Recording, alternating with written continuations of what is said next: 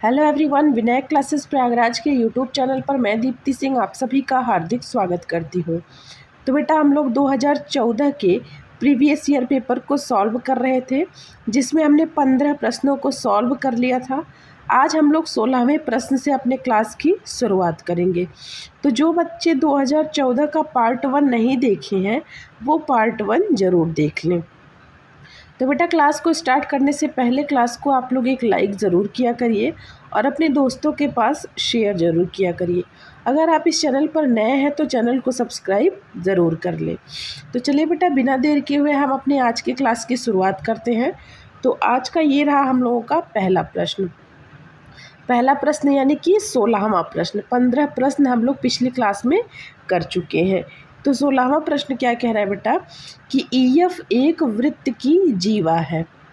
सबसे पहले हम क्या करेंगे, सबसे पहले हम एक वृत्त बना लेते हैं। तो ये है हम लोगों का वृत्त। उसमें कह रहा है कि ईएफ जो है वह वृत्त की जीवा है।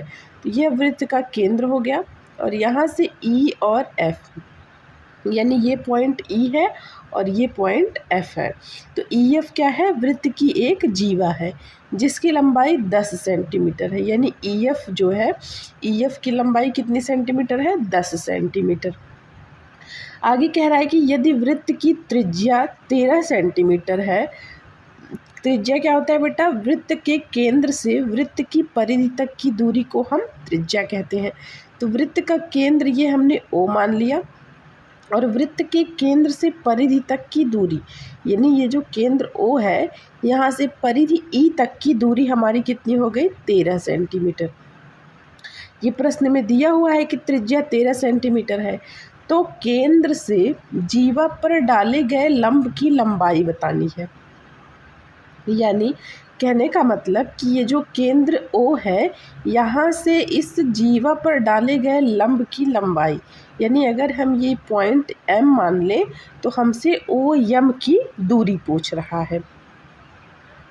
अब करना क्या है, अब यहाँ से देखिए EF की वैल्यू हमें 10 सेंटीमीटर दिया हुआ है। तो जब EF की वैल्यू 10 सेंटीमीटर है तो EM कितना हो जाएगा, EM 5 सेंटीमीटर हो जाएगा। 5 कैसे होगा, क्योंकि ये बेटा जो केंद्र से जीवा पर लंब पड़ रहा है वह जो है जीवा को 2 बराबर भागों में बांट रहा है। यानी ये जो OM रेखा है, ये जो OM दूरी है, यह EF रेखा को 2 बराबर भागों में बांट रही है। तो EM 5 सेंटीमीटर हो जाएगा और MF भी 5 सेंटीमीटर हो जाएगा। तो अब हम लोग क्या करेंगे, अब हम लोग बेटा समकोण त्रिभुज EO और M में, ये EOM में पाइथागोरस प्रमेय लगा देते हैं। तो पाइथागोरस प्रमेय क्या होता है, कर्ण का वर्ग यानी ये OE का वर्ग। तो OE हमें कितना दिया है, 13, यानी 13 का वर्ग बराबर कितना होता है, कर्ण का वर्ग बराबर कितना होता है, ये EM का वर्ग। तो EM का वर्ग का मतलब ये 5 का वर्ग प्लस OM हमें निकालना है, तो ये हो गया OM का वर्ग। अब यहाँ से देखिए 13 का वर्ग जब हम लोग करेंगे तो 13 का वर्ग आता है बेटा 169 और ये 5 का वर्ग करेंगे तो 5 पचे 25 हो जाएगा। और 25 को मैंने क्या कर लिया है, पक्षांतर कर लिया। पक्षांतर में चिन्ह बदल जाता है, ये तो आप सभी को पता होगा।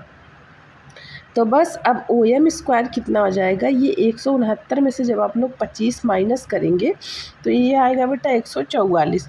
और 144 जो है वो किसका वर्ग है, 12 का वर्ग है।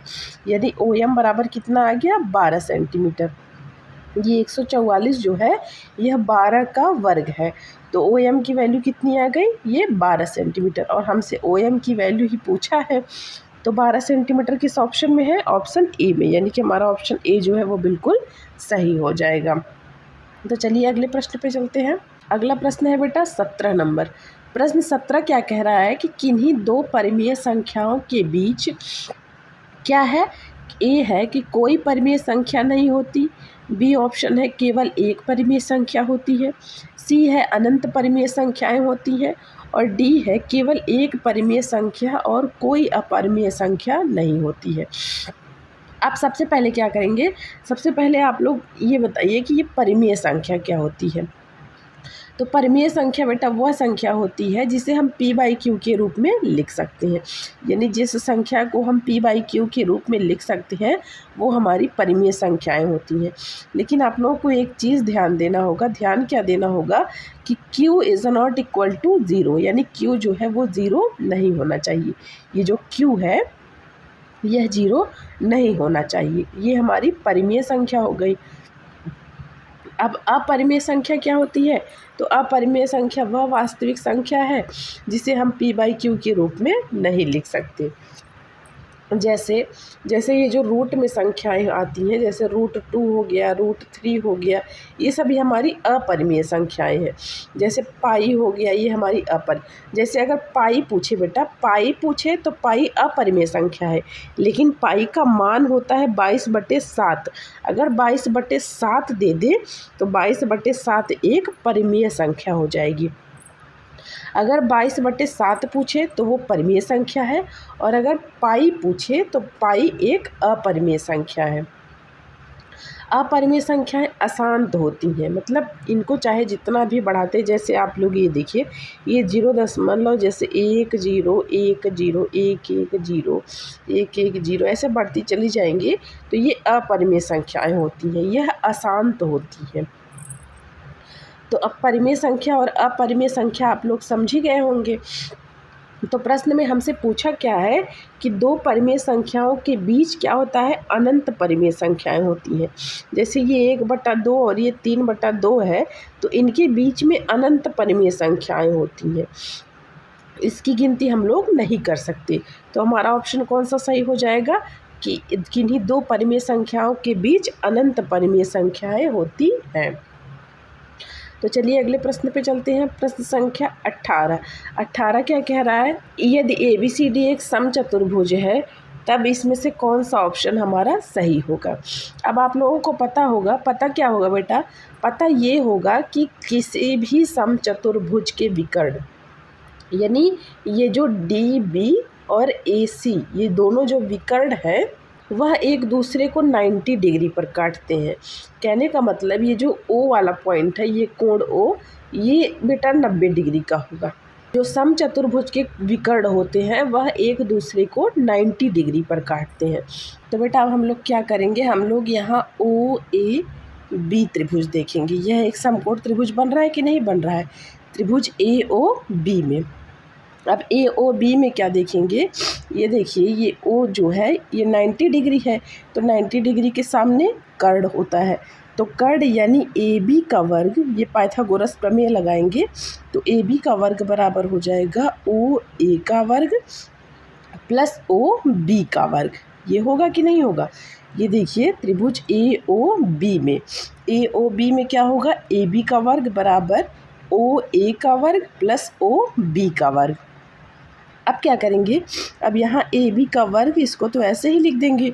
अब ये A का वर्ग जो है, ये OA जो है, ये देखिए ये AC, ये पूरे AC का आधा है कि नहीं, तो हम OA की जगह क्या लिख सकते हैं, AC/2 लिख सकते हैं, क्योंकि ये जो OA है ये जो है AC का आधा है, तो OA के स्थान पर हो गया AC/2 का वर्ग। अब क्या करेंगे, अब ये जो OB है, ये OB को हम लोग बेटा BD का हाफ लिख सकते हैं कि नहीं, ये OB को OD/2 लिख सकते हैं कि नहीं लिख सकते, सॉरी BD/2, यानी ये BD/2 हो जाएगा।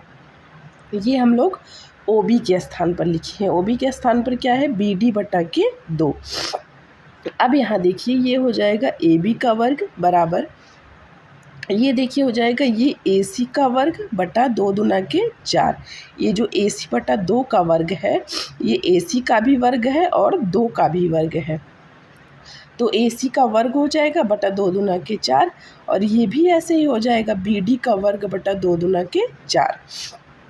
अब क्या करेंगे, अब यहाँ देखिए हर समान है तो अंश जो है डायरेक्ट जुड़ जाता है। मैंने आपको बताया था कि अगर हर समान है तो अंश वाली संख्याएं डायरेक्ट जुड़ जाती हैं। तो हर में जब 4 आएगा तो 4 का हम लोग तिर्यक गुणा AB के साथ कर देंगे, तो ये क्या हो जाएगा, ये हो जाएगा बेटा AC का वर्ग प्लस BD का वर्ग बराबर 4AB। अब ये कैसे आया, ये देखिए, ये जो हर में 4 है, जब इसका हम लोग एलसीएम लेकर हल करेंगे तो ये हर में 4, दोनों हर में 4 है, तो जब हर में संख्याएं समान होती हैं तो हर को एक बार लिखते हैं और अंश को डायरेक्ट जोड़ देते हैं। तो यह AC का स्क्वायर प्लस BD का स्क्वायर बटा 4 आएगा। तो 4 का हम लोग तिर्यक गुणा कर दिए AB में, तो ये हो गया 4AB स्क्वायर बराबर AC square plus BD square. तो देखिए किस ऑप्शन में है, AC square plus BD square, ये C वाले ऑप्शन में है, यानी कि हम लोगों का ऑप्शन C जो है वो बिल्कुल सही हो जाएगा। तो चलिए प्रश्न संख्या 19 पर चलते हैं। 19 क्या कह रहा है, 19 कह रहा है बेटा कि -2 की पावर, ये -1 की पावर -1 के पावर -1 के पावर -1, यानी ये हमारी घात जो है वो 4 बार लगातार है। तो आप सभी को पता होगा कि A power m power n का मतलब क्या होता है कि A power m into n, यानी जब घात के ऊपर घात होता है तो घातों का गुणा हो जाता है। जैसे इस प्रश्न में देखिए, ये हो गया -2 की पावर, अब एक एक देखिए 4 बार है, यानी ये -1 गुणा के -1 गुणा -1 गुणा -1, एक एक की घात 4 बार है, यानी हम लोग 4 बार 1 का गुणा कर देंगे माइनस के साथ। तो अब क्या होगा बेटा, अब ये देखिए -2 आ गया, और ये देखिए 1 का गुणा 1 में करेंगे तो एक ही आएगा, और ये माइनस का गुणा माइनस में करेंगे तो प्लस हो जाएगा, तो वापस प्लस का गुणा माइनस में करेंगे तो माइनस हो जाएगा, और फिर से इस माइनस का गुणा इस माइनस में करेंगे तो प्लस हो जाएगा। कहने का मतलब मिला जुला कर प्लस की पावर 1 आ जाएगा। आप लोग एक चीज़ ध्यान दीजिएगा, यदि सम, ये जो गुणा करने वाली संख्याएं यदि सम है तो गुणा हमेशा पॉजिटिव आता है, यानी हमेशा प्लस में आता है। तो -2 की पावर 1 का मतलब हो गया -2, तो हमारा आंसर कौन सा हो गया, ऑप्शन ए, यानी कि -2 हमारा बिल्कुल सही हो जाएगा। तो प्रश्न संख्या 20 क्या कह रहा है बेटा, 20 कह रहा है कि चित्र में कोण B 70 अंश है, यानी ये कोण देखिए B 70 अंश है, कोण C 60 अंश है, ये कोण 60 अंश है, E जो है BC का मध्य बिंदु है, ये रेखा देख रहे हैं ये BC है, और BC का मध्य बिंदु क्या है, ये E है, और कह रहा है F जो है वो AB का मध्य बिंदु है, यानी ये जो AB है, ये वाली रेखा AB, इसका मध्य बिंदु क्या है, F है, ये वाली रेखा। तब कोण FEB, यानी FEB ये वाला कोण हमसे पूछ रहा है, ये FEB हमसे पूछ रहा है। अब हम लोग क्या करेंगे बेटा, अगर हम लोग ये AC वाली लाइन थोड़ी सी लंबी कर दें, ये AC वाली लंबी कर दे और ये EF वाली लंबी कर दे, तो इससे क्या होगा, आप लोग देखिए, अगर हम ये दो समांतर रेखा को एक तिर्यक रेखा काटती है तो क्या होता है कि ये वाला कोण इस वाले कोण के बराबर होता है। कैसे, ये बेटा संगत कोण से होता है। संगत कोण से क्या होता है, ये संगत कोण से जब दो समांतर रेखा को एक तिर्यक रेखा काटती है तो ये वाला कोण इस कोण के बराबर होता है, संगत कोण। अब वही चीज़ यहाँ देखिए, ये दो समांतर रेखा है, इसको ये एक रेखा जब काट रही है तो अगर ये कोण 60 अंश का है तो ये भी कोण 60 डिग्री का ही होगा, यानी FEB का कोण कितने अंश का आ गया, 60 अंश का। तो 60 अंश किस ऑप्शन में है, ऑप्शन सी में, यानी कि हमारा ऑप्शन सी जो है वो बिल्कुल सही हो। कुछ प्रश्न ऐसे होते हैं बेटा जिसका आंसर बहुत ही जल्दी आ जाता है, तो आप लोग जल्दी से जल्दी करने का प्रयास किया करिए, ये नहीं कि उसमें फालतू का टाइम वेस्ट करें। अभी सवाल में देखिए, बस इस रेखा को थोड़ा सा लंबा करिए, यानी ये EF को थोड़ा सा लंबा करिए और AC को थोड़ा सा लंबा करिए। देखिए दो समांतर रेखा को एक तिर्यक रेखा काट रही है, यानी ये वाला कोण इस कोण के बराबर होगा, तो ये 60 है तो ये भी 60 हो जाएगा। बस हमारा आंसर आ गया एक लाइन में। तो चलिए प्रश्न संख्या 21 पर चलते हैं। 21 क्या कह रहा है, 21 कह रहा है कि किसी घनाभ की 3 संलग्न फलकों का क्षेत्रफल क्रमशः A metre square, B metre square तथा C मीटर स्क्वायर है, इसका आयतन होगा।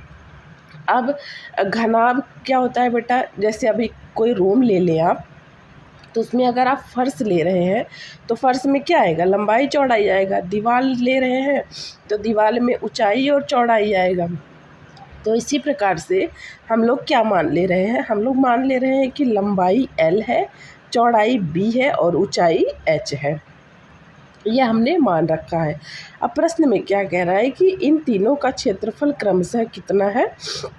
जैसे ये देखिए, ये यल भी बराबर कितना है, ये प्रश्न में दिया है A मीटर स्क्वायर, क्योंकि क्षेत्रफल दिया है। तो यल भी हो गया A और BH हो गया बेटा कितना B, और HL कितना हो गया C मीटर स्क्वायर। तो अब हम लोग क्या करेंगे, घनाभ का आयतन क्या होता है बेटा, घनाभ का आयतन यानी V बराबर घनाभ का आयतन क्या होता है, LBH, ये घनाभ का आयतन होता है। तो अब देखिए यहाँ से अगर हम लोग ये इन तीनों का गुणा कर लें तो यहाँ से एक यल यहाँ, एक यल यहाँ, यानी ये हो जाएगा यल स्क्वायर, और B का हो जाएगा B स्क्वायर, और H का हो जाएगा H स्क्वायर, यानी LBH का होल स्क्वायर हम लोग लिख सकते हैं। क्योंकि यहाँ देखिए यल का गुणा यल में होगा तो यल स्क्वायर, B का B में B स्क्वायर, H का H में H स्क्वायर, तो यानी LBH का होल स्क्वायर हम लोग लिख सकते हैं। बराबर इधर गुणा करेंगे तो ये आ जाएगा ABC। अब यहाँ से देखिए आयतन बराबर कितना होता है, LBH, तो LBH की जगह अगर हम लोग आयतन रखें तो ये हो जाएगा V स्क्वायर बराबर ABC। तो V बराबर कितना आ जाएगा बेटा, ये हो जाएगा √ABC metre cube. Metre cube कैसे आए, मीटर क्यूब इसकी यूनिट है क्योंकि हमसे आयतन पूछा है। तो आयतन V बराबर कितना आ गया, √ABC। तो √ABC किस ऑप्शन में है, ऑप्शन बी में, यानी कि हमारा ऑप्शन बी जो है वो बिल्कुल सही हो जाएगा। तो चलिए बेटा प्रश्न संख्या 22 पर चलते हैं। 22 क्या कह रहा है, 22 कह रहा है कि जतिन और प्रिया के पास मिलाकर 41 रुपये है। जतिन के पैसे का 1/4 प्रिया के पैसे के 1/7 से 2 रुपये अधिक है। तो प्रिया के पास है, यानी हमसे पूछ रहा है कि प्रिया के पास कितने पैसे बचे हैं, मतलब प्रिया के पास कितने पैसे हैं। तो आप चलिए देखते हैं कैसे निकलेगा ये। अब हमने मान लिया, हमने क्या मान लिया, हमने सबसे पहले मान लिया कि प्रिया के पास x रुपये है। जब हम कुछ मानेंगे अपनी सुविधा के लिए तभी तो हम उसकी वैल्यू निकाल पाएंगे। हमने मान लिया कि प्रिया के पास x पैसे हैं। अब x रुपये की वैल्यू अगर हम लोग निकाल लें तो बस वही प्रिया के पास जितने पैसे हैं वही वैल्यू हमें मिल जाएगी। तो यहाँ प्रश्न में देखिए, प्रश्न में कह रहा है कि जतिन और प्रिया के पास मिलाकर 41 रुपये हैं। अब 41 रुपये में से x रुपये हमने प्रिया के मान लिए। ये जो 41 रुपये है इसमें जतिन के भी पैसे हैं और प्रिया के भी पैसे हैं। तो प्रिया का जब 41 रुपया हो गया तो जतिन के पास कितना पैसा बचा। इस 41 रुपये में से प्रिया ने x रुपये ले लिए तो जतिन के पास कितना बचा, 41 में से इस x को माइनस कर दीजिए, यानी देखिए पूरा पैसा 41 रुपये था। 41 रुपये में से यदि हम प्रिया के पैसे को निकाल दें तो जो जतिन का पैसा बचा है वो हमारे पास शेष रह जाएगा। तो जतिन के पास कितने पैसे बचे, 41 माइनस x रुपये बचे हैं।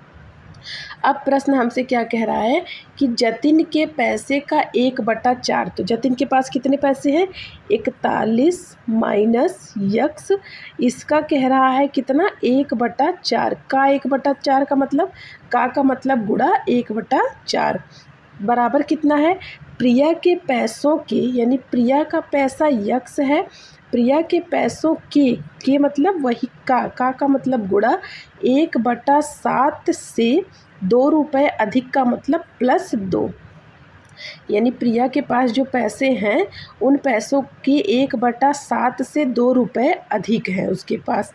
तो बस अब इसी को सॉल्व कर लेना है। तो सॉल्व कैसे करेंगे बेटा, ये देखिए ये हो गया 41 माइनस x/4 बराबर, ये हो गया x, एक सेकेंड, ये देखिए बेटा ये हो गया x/7 + 2, तो हम लोग डायरेक्ट कर ले रहे हैं 7, इसका एलसीएम आ जाएगा, ये हो जाएगा x प्लस और ये 7 दूना के 14, यानी x + 14/7 हो जाएगा। अब क्या करना है, अब कुछ करना है नहीं, तिर्यक गुणा कर देना है। तिर्यक गुणा में 41 माइनस यक्स में हम सबसे पहले 7 का गुणा करते हैं। तो 7 का गुणा जब 41 में करेंगे तो 7 एकम 7 और 7 चौके 28, 287 माइनस 7 यक्स बराबर, अब 4 यक्स का गुणा यक्स प्लस 14 में, तो 4 यक्स हो जाएगा प्लस 14 चौके 56, इतना आ गया। अब क्या करेंगे, अब ये बेटा 4 यक्स, अब इस 7 यक्स का जब हम लोग पक्षांतर करेंगे तो ये 7 यक्स माइनस में है, ये अपने पक्षांतर करने के बाद दूसरे साइड जाएगा तो ये प्लस में हो जाएगा, बराबर ये 287 इसको ऐसे ही लिख देंगे और 56 का हम लोग पक्षांतर 287 की तरफ कर लेंगे। तो जब 56 का पक्षांतर करेंगे तो 56 माइनस में हो जाएगा। अब ये देखिए 7 4 11 यक्स हो गया बराबर 287 में से जब हम लोग 56 माइनस करेंगे तो आएगा कितना बेटा, 231। अब 231 आ गया तो यक्स बराबर कितना आ गया, ये देखिए 231, और इस 11 का जब हम लोग पक्षांतर करेंगे तो 11 यक्स के साथ गुणा में है, इसका पक्षांतर भाग हो जाएगा। अब यक्स बराबर कितना आ जाएगा, 11 से काट दीजिए, 11 दूना के 22, 1 बचा, 11 का नाम 11, यानी यक्स की वैल्यू हमारे पास निकल कर कितनी आ गई, 21 रुपये। और प्रिया के पास हमने माना था कि उसके पास यक्स रुपये है, तो यक्स की वैल्यू जब 21 रुपये आ गई, यानी कि कहने का मतलब कि प्रिया के पास कितने रुपए हैं, 21 रुपये हैं। तो 21 किस ऑप्शन में है, ऑप्शन बी में, यानी कि हमारा ऑप्शन बी जो है वो बिल्कुल सही हो जाएगा। तो चलिए अगले प्रश्न पे चलते हैं। प्रश्न संख्या 23। 23 क्या कह रहा है बेटा, 23 देखिए, 23 बहुत ध्यान से देखिएगा। कह रहा है कि दिए गए आंकड़ों के लिए बारंबारता 5 को टैली चिन्ह में निरूपित कीजिए। ये पहला टैली चिन्ह देखिए, दूसरा टैली चिन्ह देखिए, तीसरा और चौथा देखिए। अब टैली चिन्ह कैसे निकलता है बेटा, बारंबारता जैसे 1 हुआ तो 1 के लिए टैली चिन्ह सिर्फ एक डंडी लाइन खींच देंगे तो हमारी एक बारंबारता के लिए ये एक टैली चिन्ह है। अब जैसे बारंबारता 2 है तो 2 के लिए टैली चिन्ह हम लोग कैसे लगाएंगे, 2 बार लाइन खींच देते हैं। जैसे 3 है तो 3 के लिए 3 लाइन खींच देंगे। 4 है तो 4 के लिए 1 2 3 4 लाइन खींच देंगे। 4 तक तो हम ऐसे ही 1 2 3 4 कर देते हैं। अब बात 5वें से फंसती है। 5वें से फंसती क्या है, 5वें से जब 5वां नंबर आएगा तो 5 में 1 2 3 4 तो ऐसे ही कर लेंगे क्योंकि 4 तक अभी तक हम लोगों ने सिर्फ एक डंडी खींची थी, तो 4 तक ऐसे ही रहेगा। अब 5वां नंबर जब आएगा तो 5वां ये इसको काट देता है, ये 5 का टैली चिन्ह है। तो 5 का टैली चिन्ह हमसे पूछा है प्रश्न में, तो ये देखिए ऑप्शन बी सही हो जाएगा। अब आगे अगर 6वें की बात करें, अगर आपसे बारंबारता 6 के लिए टैली चिन्ह पूछे तब आप कैसे करेंगे, तो 5 का तो 1 2 3 4 ये 5 हो गया। अब 6 के लिए क्या करेंगे, 5 में 1 जोड़ेंगे तभी तो 6 आएगा, तो 5 के लिए ये वाला सिंबल हम लोग बना लिए। अब 6 1 बचा है तो 1 के लिए ये वाली एक डंडी खींच लेंगे। जैसे 7 का देखिए, 1 2 3 4 ये 5 तक का हो गया, और ये 6 हो गया, और ये 7 हो गया। ऐसे ही 8 के लिए 1 2 3 4 5 तक ऐसे ही कर लेंगे, 6 7 8। और सेम वैसे ही 9 के लिए 1 2 3 4 5 6 7 8 9। अब 10 में देखिए बेटा, 10 में क्या होगा, 1 2 3 4 ये 5 इसको भी काटेगा, और 6 7 8 9। अब ये नहीं करेंगे कि 10 के लिए हम बगल में भी एक डंडी खींच देंगे, नहीं, ये गलत हो जाएगा क्योंकि डंडी हमें सिर्फ 4 तक ही खींचनी है। जब 5वां नंबर आएगा तो 5वां इसको काट देगा, यानी 10 के लिए हमारा टैली चिन्ह क्या हो जाएगा, ये हो जाएगा। तो उम्मीद करती हूँ आप लोग ये चीज़ें समझ गए होंगे। तो चलिए अगले प्रश्न पे चलते हैं। प्रश्न संख्या 24। 24 क्या कह रहा है बेटा, 24 कह रहा है कि 2 सह अभाज्य संख्याओं का महत्तम समापवर्तक होगा। अब आप लोग एक चीज़ ध्यान दीजिएगा कि 2 सह अभाज्य संख्याओं का मसा सदैव 1 होता है।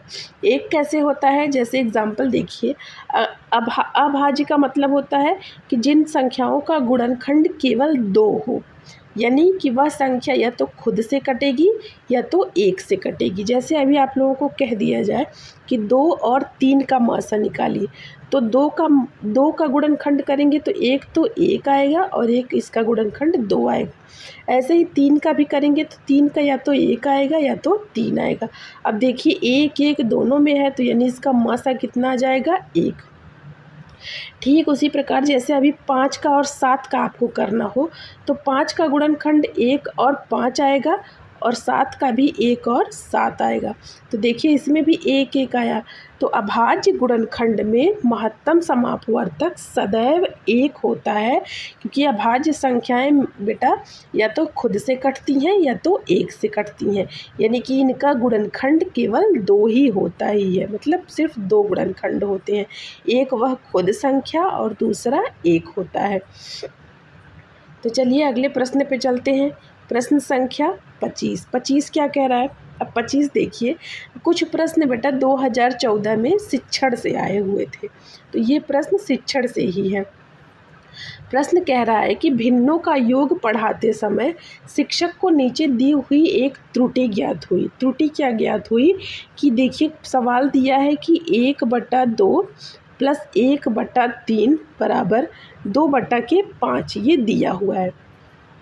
अब ये जो बच्चा सवाल सॉल्व किया है 1/2 प्लस 1/3 बराबर 2/5, ये बच्चा क्या कर दिया, यहाँ देखिए 1/2 और 1/3 यानी अंश अंश को जोड़ दिया 1 1 2 और हर हर को जोड़ दिया तो 3 2 5, यानी अंश में अंश वाली संख्या को जोड़ दिया और हर में हर वाली संख्या को जोड़ दिया। तो आगे कह रहा है कि इस स्थिति में शिक्षक को उपचारात्मक कार्य के रूप में क्या करना चाहिए। अगर बेटा बच्चे को लसा निकालना पता होता, यानी लघुत्तम समापवर्त की अवधारणा उसको पता होती, तो वो पहले 2 और 3 का लसा लेता, उसके बाद यानी 2 और 3 का लसा 6 आता, उसके बाद हर का भाग हर में देता, जितनी संख्याएं आती यानी जितना बार जाता उसका अंश में गुणा करता, जो आता उसको यहाँ लिखता, उसके बाद इन दोनों संख्याओं को जोड़कर फिर वापस से हल करता। लेकिन इसे लघुत्तम समापवर्तक की जानकारी नहीं है, यानी लघुत्तम समापवर्त का ज्ञान इस बच्चे को नहीं है। इसलिए बच्चा क्या किया कि अंश अंश को जोड़ दिया और हर में हर को जोड़ दिया। तो शिक्षक को क्या करना चाहिए, लघुत्तम समापवर्त की अवधारणा को समझने में बच्चों की सहायता करनी चाहिए। बिल्कुल सही है, क्योंकि अगर बच्चे को लघुत्तम समापवर्त पता होता तो वह इस तरीके की गलती नहीं करता। बच्चों से कहें कि वे अधिक से अधिक अभ्यास करें, ऐसा बिल्कुल भी नहीं है, और इसमें अधिक हस्तक्षेप नहीं करना चाहिए। क्यों नहीं हस्तक्षेप करना चाहिए? अगर आप बच्चे को समझाएंगे नहीं तो बच्चा कैसे समझेगा कि मैं सही कर रहा हूँ कि गलत कर रहा हूँ, कहाँ मुझे सुधार करनी चाहिए, किस प्रकार से मतलब मैं चीज़ों को समझूँ कि मुझे जल्दी समझ में आ जाए। तो ये सब करना चाहिए।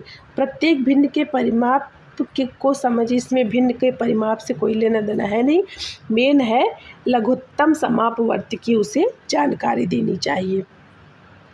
तो चलिए अगले प्रश्न पे चलते हैं। प्रश्न संख्या 26। 26 क्या कह रहा है? 26 कह रहा है बेटा कि माप की अवधारणा विकसित करने हेतु अपनाए गए निम्नलिखित कार्यों को क्रम से लगाइए। यानी ये 4 ऑप्शन दिए हुए हैं, इन्हें हमें क्रम से लगाना है। तो देखिए अब माप की अवधारणा, यानी ये जो माप है इसकी अवधारणा को हम सबसे पहले कैसे समझाएंगे बच्चे को। तो सबसे पहले बेटा हम उसे, जैसे किसी भी बच्चे को आप लोग पढ़ाते हैं तो सबसे पहले उसे किसी भी चीज़ को दिखाते हैं। जैसे अभी कुछ भी पढ़ाना हो आप लोगों को, मान लीजिए जैसे क्षेत्रफल पढ़ाना हो, आयत पढ़ाना हो, त्रिभुज पढ़ाना हो, तो आप कोई ना कोई चीज़ उसे टीएलएम के रूप में दिखाते हैं कि नहीं दिखाते हैं। तो बस वही चीज़ है। तो इसमें सबसे पहले क्या हो जाएगा, ये तीसरा नंबर देखिए कि शिक्षार्थी सरल अवलोकन द्वारा वस्तुओं को सत्यापित करते हैं। यानी सबसे पहले हम लोग बच्चों को दिखाएंगे, मतलब उसी प्रकार की कोई भी चीज़ टीएलएम वगैरह उसको दिखाएंगे, उसके बाद आगे का प्रोसेस करेंगे। तो हमें नंबर 1 पर कौन सा चाहिए, 3 वाला, हमें क्रम में लगाना है। तो 3 वाला देखिए, ये डी ऑप्शन में 3 नंबर 1 पर है और ए बी सी में है ही नहीं, तो यानी ये तीनों तो वैसे ही गलत हो गया, डी ऑप्शन वैसे भी सही हो गया। अब दूसरा देखिए, दूसरे नंबर पे है कि शिक्षार्थी लंबाई मापने के लिए अमानक इकाइयों का प्रयोग करते हैं। अब सबसे पहले आप लोग मानक इकाई तो बच्चों को देंगे नहीं। जैसे अगर कोई भी लाइन वगैरह खींचनी हुई तो आप लोग पेन से डायरेक्ट खिंचवाएंगे या पेन से ही स्केल मानकर उसको खिंचवाएंगे। उसके बाद बच्चे को मानक इकाई दिखाएंगे, यानी पहले अमानक इकाई दिखाएंगे, उसके बाद मानक इकाइयों का प्रयोग करेंगे, और उसके बाद बेटा मीटरी इकाइयों के बीच उसको संबंध को मतलब समझते हैं। शिक्षार्थी जो है उनको जो शिक्षक होते हैं वो बच्चों को मीटरी इकाइयों के बीच संबंधों को समझाते हैं। तो हमारा ऑप्शन कौन सा सही हो जाएगा? ऑप्शन डी बिल्कुल सही हो जाएगा। तो चलिए अगले प्रश्न पे चलते हैं। प्रश्न संख्या 27। 27 क्या कह रहा है बेटा? 27 कह रहा है कि एक अच्छा गणितज्ञ होने के लिए क्या ज़रूरी है। अब अच्छा गणितज्ञ होने के लिए देखिए, सवालों के उत्तर देने की तकनीक में निपुणता। अगर आप किसी भी सवाल को देने में निपुण हो गए, यानी कोई सवाल, जैसे आप लोग स्कूल में पढ़ते थे जब, तो बच्चों से सवाल पूछा जाता था तो कुछ बच्चे ऐसे थे जो पहले ही हाथ खड़ा कर देते थे कि सर मुझे पता है, मुझे पता है। तो ऐसे बच्चे गणितज्ञ नहीं। जैसे अभी आप सवाल का जवाब, कोई आपसे सवाल पूछ रहा है, उसका जवाब आप लोग तुरंत दे दें या सवाल देने की तकनीक में बहुत ज़्यादा निपुण हो, तो ऐसे लोग गणितज्ञ थोड़ी ना हो जाएंगे।